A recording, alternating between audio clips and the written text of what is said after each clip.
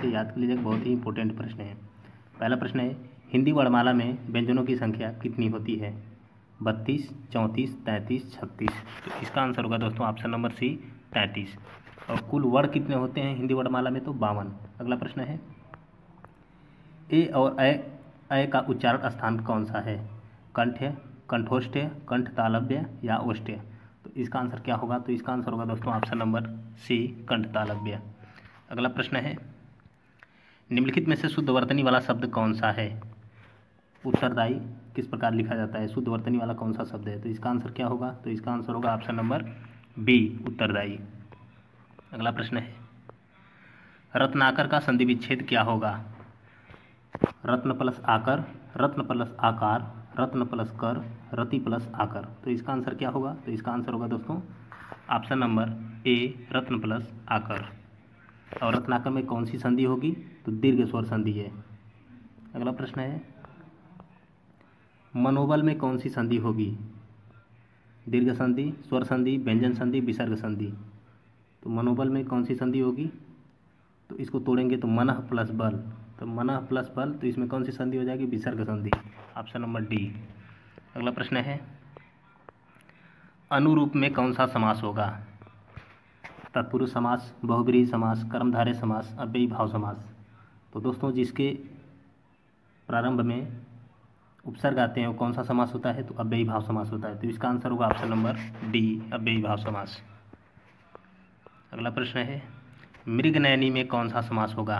द्वंद्व समास, अव्ययी भाव समास, कर्मधारय समास, तत्पुरुष समास। तो इसका आंसर क्या होगा? तो इसका आंसर होगा दोस्तों ऑप्शन नंबर सी कर्मधारय समास, क्योंकि इसे तोड़ेंगे मृग के समान नैनों वाली, मृगनयनी के समान है जो तोड़ने पे जो मिलता है, तो उसमें कर्मधारय समास होता है।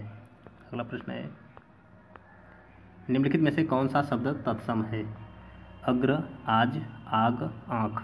तो इसका आंसर होगा ऑप्शन नंबर ए अग्र। अगला प्रश्न है, निम्नलिखित में से गेहूं का तत्सम शब्द कौन सा है? गृध, ग्रंथि, गोधूम। इसका आंसर क्या होगा? तो इसका आंसर होगा ऑप्शन नंबर डी गोधूम। अगला प्रश्न है, अनिवार्य का विलोम शब्द क्या होगा? निवारणीय, अनावश्यक, आवश्यक, ऐच्छिक। तो इसका आंसर होगा ऑप्शन नंबर डी ऐच्छिक। अगला प्रश्न है, अर्वाचीन का विलोम शब्द क्या होगा? प्राचीन, सनातन, अद्यतन, अधुनातन। तो इसका आंसर होगा ऑप्शन नंबर ए प्राचीन। अगला प्रश्न है, चिरंतन शब्द का विलोम शब्द निम्नलिखित में से कौन सा होगा? शाश्वत, सनातन, अविच्छित्र। तो इसका आंसर होगा ऑप्शन नंबर सी नश्वर। अगला प्रश्न है, अरविंद निम्नलिखित में से किसका पर्यायवाची शब्द है? कमल, गुलाब, कल्पवृक्ष, केवड़ा। तो इसका आंसर होगा ऑप्शन नंबर ए कमल का। अगला प्रश्न है, निम्नलिखित में से कौन सा अनाथ का पर्यायवाची नहीं है? बेसहारा, यतीम, निराश्रित, अनाड़ी। तो इसका आंसर होगा ऑप्शन नंबर सी अनाड़ी।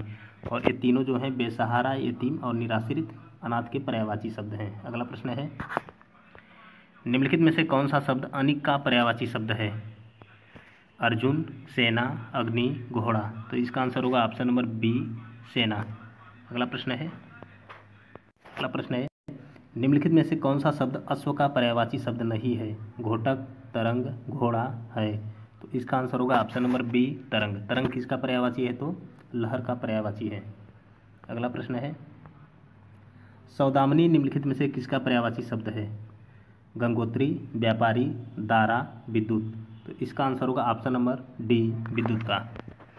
अगला प्रश्न है, जिसका शत्रु जन्मा ही न हो के लिए एक शब्द क्या होगा? अजन्मा, अजन्मा, अजेय, अजातशत्रु, आक्रांत। तो इसका आंसर होगा ऑप्शन नंबर सी अजातशत्रु। अगला प्रश्न है, स्त्री एवं पुरुष का जोड़ा के लिए एक शब्द क्या होगा? पति पत्नी, युग्म, युगल, दंपति। तो इसका आंसर होगा ऑप्शन नंबर डी दंपति। अगला प्रश्न है, कीचड़ उछालना मुहावरे का सही अर्थ क्या होगा? मल फेंकना, ऑप्शन नंबर बी है दूसरे के कपड़े गंदे करना, ऑप्शन नंबर सी है बदनाम करना, ऑप्शन नंबर डी है दलदल में फंसना। तो इसका आंसर होगा ऑप्शन नंबर सी बदनाम करना। अगला प्रश्न है, इनमें से कौन सा शब्द भाववाचक संज्ञा नहीं है? मनाही, विद्वता, सोना, खुशी। तो इसका आंसर होगा ऑप्शन नंबर सी, सोना। सोना क्या है? तो द्रव्यवाचक संज्ञा है। अगला प्रश्न है, प्रयागराज संज्ञा की दृष्टि से क्या है? व्यक्तिवाचक संज्ञा है, या द्रव्यवाचक संज्ञा है, या जातिवाचक संज्ञा है, या भाववाचक संज्ञा है? तो प्रयागराज क्या है? तो यह एक व्यक्तिवाचक संज्ञा है, ऑप्शन नंबर ए। अगला प्रश्न है, निम्नलिखित में से कौन सा शब्द पुल्लिंग है? इच्छा, राष्ट्र, रक्षा, योग्यता। तो इसमें कौन सा आंसर होगा? तो इसमें आंसर होगा ऑप्शन नंबर बी, राष्ट्र। राष्ट्र होता है, इच्छा होती है, रक्षा की जाती है, योग्यता होती है। इसलिए इच्छा, रक्षा और योग्यता स्त्रीलिंग होंगी और राष्ट्र क्या होगा? पुल्लिंग शब्द होगा। अगला प्रश्न है, ठीक समय पर आ जाना में कौन सा कारक होगा? कर्म कारक, करण कारक, संप्रदान कारक, अधिकरण कारक। ठीक समय पर आ जाना में पर किसका चिन्ह होता है? तो अधिकरण कारक का, इसलिए इसमें होगा ऑप्शन नंबर डी, अधिकरण कारक। अगला प्रश्न है, भारत भारती के रचनाकार निम्नलिखित में से कौन है? मैथिली शरण गुप्त, रामधारी सिंह दिनकर, जयशंकर प्रसाद, माखनलाल चतुर्वेदी। तो इसका आंसर होगा option number A, Maithili Sharan Gupt. इन्हें राष्ट्रकवि कहा जाता है। तो दोस्तों, इसी प्रकार की वीडियो पाने के लिए चैनल को सब्सक्राइब कर लें दोस्तों। जय हिंद।